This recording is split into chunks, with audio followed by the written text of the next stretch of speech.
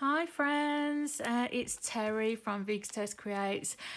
Welcome to any new viewers to my channel, and welcome back to my subscribers and regular viewers. I recently bought the new collection by Sam Calcott, or one of her new collections, which was called the Effortless Shutter Card Die Set. So basically, this set of 16 dies enables you to make a shuttered die card in the 5x7 format. There is a 6x6 one as well, but I went for the 5x7. And I loved the images. Well, I really liked the paper pad that came with it, with all these sort of images of like sweets and cakes and stuff like that. And I really loved the images of the little baked goods and sweeties, and I just thought it was so cute, adorable, you know, like punny, and I couldn't resist it. So there's a die set with 27 dies, which cuts out all of the dies from both of the stamp sets. So I got this additions die set, which has got different things on there, like a piece of cake, candles, bunting, things to make with a cake fork, things to make belly bands, and there's also a baking words embossing folder as well. So yeah, I went for it and got the entire bundle. You might have already seen me show you this because I think I showed it in a recent craft haul video. If I did, I'll post that up here now and put the description in the comments. So what I did yesterday was I stamped out a whole bunch of the images in Memento Tuxedo black ink. So basically I started colouring yesterday, just sat down and had a little play with my Copics, because again I recently treated myself to some Copic markers, and this paper isn't ideal, or this card should I say, isn't ideal because I noticed some bleeding, which I have managed to tidy up quite well with my alcohol marker clearless blender, but yeah, that's the colouring that I've done so far, because I just felt like, you know, doing a bit of colouring and you know, getting a start on it really. But then I thought, it's always, as a good rule of thumb, especially if you're new to card making, it'll be a good tip for you, it's always better to pick the card or the colour scheme, so that would be the paper or sort of the ink pads or whatever. It's always better to choose the colour scheme first before you start stamping or colouring images, because you know, if I were to colour all these images and then try and find some backing paper or coordinating paper and card to make the actual shutter card, it's more tricky. But luckily, because this is so bright and colourful, I don't think I'm going to have a problem, to be honest, because I mean, this one's got like every colour of the rainbow, including the ones that I've already started using to colour this one.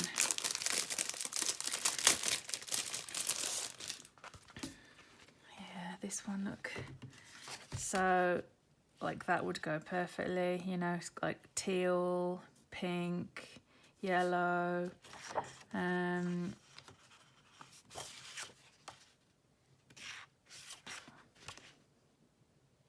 yeah, so I think the colours that I've sort of, yeah, I mean, everything's gonna work. I think I'm just gonna let myself play and see where we go from there really. It's such a lovely stamp set, and I think sometimes, like my most recent video, which I'll link to here, was talking about when you're in the mood to colour and you've got all these images like giving you ideas to turn them into cards. So I've already started colouring some of these sweeties. So I'm just going to do just a little bit of colouring on camera, just for people that would like tips around how to go about colouring with alcohol markers. So say like I have been using, if you've been watching from my channel for a while, you'll know that I'm a big fan of the Spectrum Noir Tri-Blend and Illustrator markers. But as I say, I have bought this 72 pack of Copics, which are here. It's the set I that I got, and I got it deliberately because it had lots of purples and teals and those sorts of colours. So I made myself a colour chart. Well, these are the colours that it's got. So it's the Copic Chow. So I didn't get the sketch because they're like about 150 quid more expensive. It's my little Copic handmade colour chart. So what I was doing yesterday when I coloured up these little beauties was I just got some of the GOs, some of the Gs, some of the greens. I got some of the blue greens, and I got some of the RVs and some of the yellows. So I'm going to do some more of that. Because yeah, I did so these 2 pages with the sweeties on, and then the rest were cakes. So since I've started colouring loads of sweeties, I'll carry on with sweeties. So let's have a look. Let's do a purple gummy bear. So I'm going to pick 3 colours that I think will work well, blending well together. So I'm going to go for V12,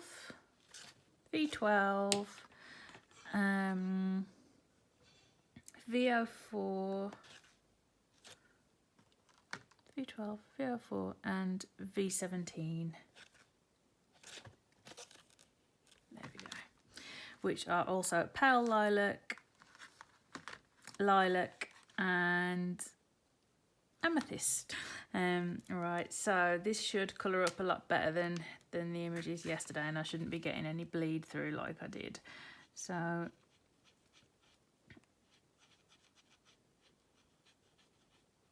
think it's just because I thought that was the same card as all of these other scraps, which is what I usually use to colour my images with. But as you can see, like the lay down of colour is just so smooth and gorgeous. So to colour up a little small image like this, I would go in with my lightest colour, then I would go into the areas of shadow with my darkest colour, which is going to be sort of in all the bits. So his arms, his little fingers and feet are pointing forwards, so there's going to be areas of shadow behind there, under his little neck, in his little ear.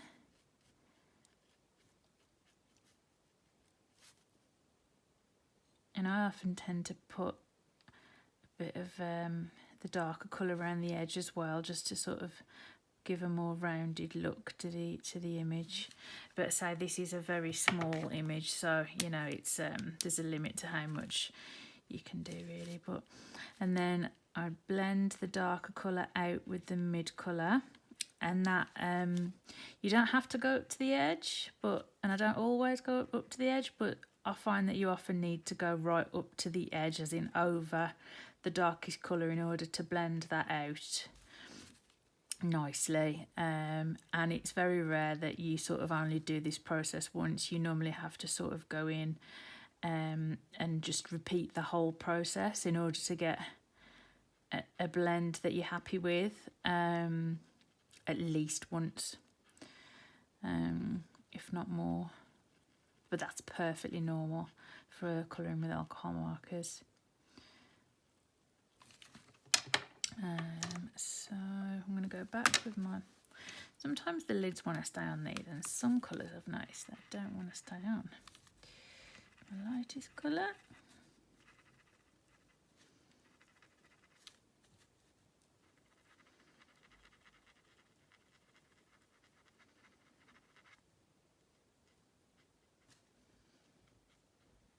Hope you're all well anyway, and enjoying the bank holiday weekend. I'm filming this on the Saturday of the early May bank holiday weekend.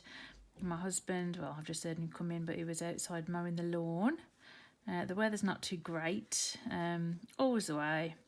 with bank holiday weekends you think, oh, it's going to be nice, you know, but today it's just sort of, I think this weekend it's about trying to take advantage of when it's not raining and just quickly get the lawn mowed was sort of his plan, so he's just done that. I have been doing some reorganising in my craft room, which I really needed to do. I have collected so much stash since I started like paper crafting in earnest a few years ago. And initially when I started, I bought lots of job lots and bundles of things. So I didn't necessarily know like who the what the brand was. Obviously, as time has progressed, I know much more now. I know what I'm going to use, what I do use and what I don't use. And I know like the brands that I like. And things like that, so I'm having a bit of a de-stash, some things which I'm just like I'm never going to use that. You know, I've had it for like 2 years and I've never used it. I got a friend who's recently started paper crafting, so I did give her like a little bundle of stuff to help her get started, because it is, when you're getting started, you know, it can be like really quite expensive, which is why I did that video about like, you know, what do I really need when I get started. I'll put a link to that up now, so you know, if this is the first time you're see my one of my videos, or if you have seen a few before but you didn't know that I'd done that video and you are relatively new to crafting, that's a useful video for you to watch, because it's sort of me sharing my experiences about, okay, well, what do I actually need? You know, you've got all of these adverts everywhere and it's like, oh my god, I need everything and I've got nothing and I can't make a card without all of these fancy gadgets. And it's like, no, you can, and you've only got a certain amount of money, unless you're a millionaire, you know, which most of us aren't, especially when we get into crafting. So yeah, that's sort of, I think, hopefully a useful video for some people, me sharing that experience. But yeah, so you can see what I'm doing here with the alcohol blending, and you can see what it's like in terms of how the Copics blend, which is really, really nicely. You know, so I love my Spectrum Noirs, and I haven't really got any complaints about them. But yeah, check out my last video that shows some cute things that I've made, if you are interested in sort of the more sort of upskilling in terms of the alcohol marker colouring. But that's some technique stuff around colouring with Copic markers or alcohol markers. So I hope you've enjoyed that and found that useful, and I'll see you in a moment with all of the parts to assemble the card. See you in a mo. Okay, my friends, so we've made quite a bit of progress. There's really quite clear instructions on the back of the packet, which with numbered instructions and then pictures as well. So I've basically done the die cutting. I finished colouring off loads of little cute sweetie images, and I chose to use this jelly bean paper, and basically I cut the main body of the gatefold card from this green card that I had just in my my drawer of thickish cardstock. So I reckon that's probably about 220 to 250, not too thick, but because of the layering it up, I mean this is 250, I figured it didn't need to be too thick. So the first step is that you die cut and then score that, and then you cut these center panel die and then your side pieces. So I've done that. I've chosen the jelly bean paper because I thought it was so cute. So I'm just going to stick these down now. So this. Well, you can see is like the full length, so 7 inches tall, and then my window is going to be about here, so I need to get that positioned and washi taped down, and then run that through my die cutting machine. So I'll just do that and then be back in a moment. And here we go. So I just ran that through with my new tonic tangerine, which is just awesome. It's really fabulous. I love it. I'm just thinking about doing a review of it on my channel. So let me know if that's something that you think you might be interested in. Yeah, so once I've stamped my sentiment, you adhere the top and bottom of this panel, and then you slide this mechanism under so that it's closed, and then you close the doors. Well, you apply glue onto these the topmost parts of these tabs here and close it, and then once it's dry, when you open up the windows, because that's glued to the door, it opens. So that's how it works. First of all, what I'm going to do is just get this centered and then draw a pencil line around the inside, which I can then rub out, and that's to give me the location of where I want to position my sentiment. Just do that faintly. Have a sweet birthday. I think that's so cool. Yeah, have a sweet birthday. That's what I'm going to go for. I want that in the centre of there. Have a sweet birthday. Then I'm going to stamp that in my favourite ink for stamping sentiments, which is VersaFine Onyx Black pigment ink.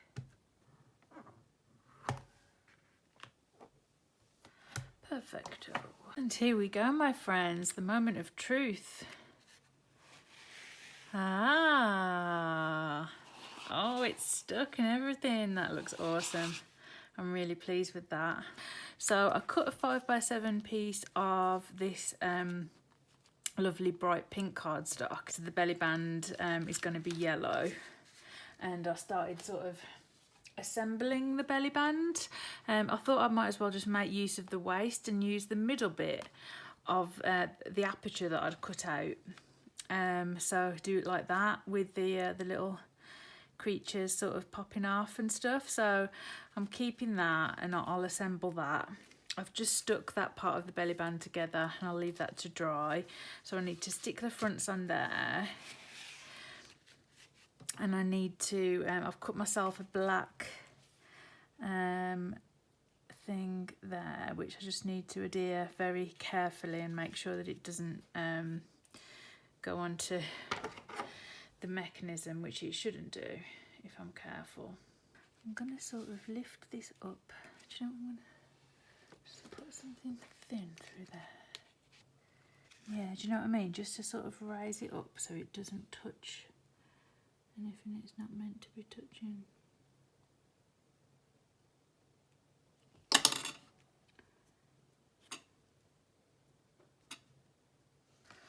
I think that looks a bit better, yeah, with some more definition, totally. Yeah, I'm pleased with that. Right, so I'm going to glue these panels onto the front.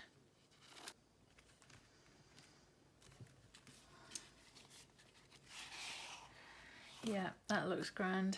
So I'm going to add some Nouveau Crystal Glaze and get a little pin to move it around with. Where do we want it? What do we want to be shiny? We want all of him to be shiny.